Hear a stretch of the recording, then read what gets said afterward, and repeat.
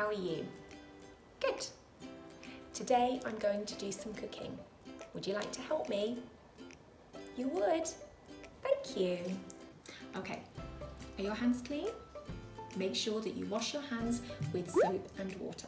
You should always make sure that your hands are clean before you do any cooking or you eat any food. Okay, so today we're going to make fruit kebabs.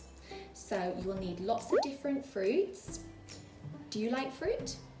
So do I. Which is your favourite fruit? Wow, really? I like that one, but I also like the strawberry. I love it because they're so yummy and sweet. Okay, you will need some wooden skewers and you will need a knife. Now make sure you have a grown-up helping you because sometimes the skewers can be a little bit sharp at the end and we need to make sure that you're careful with the knife. First of all, you need to start cutting up your fruit. So you need to hold on to your fruit with one hand while you're cutting with the other hand, okay? So you can move the knife backwards and forwards to help you get it through the fruit. You can hold it a lot better and manage it by holding on to it. So I've cut my pineapple, I've cut my melon, and now I need to cut my banana. So you need to take the peel off of the banana,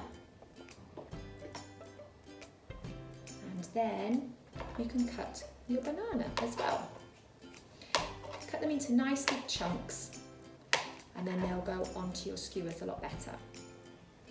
Now with the strawberries, they have these grassy bits on the end, okay?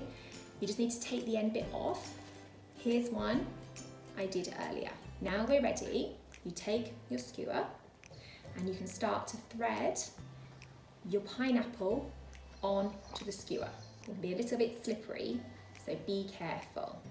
So you push it all the way to the end, but make sure you don't push it off again.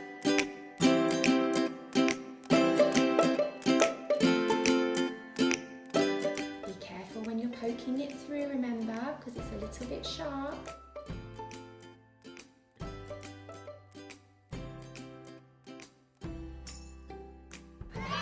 Finish with a pineapple.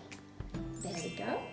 So we have pineapple, banana, melon, strawberry, raspberry, and pineapple again.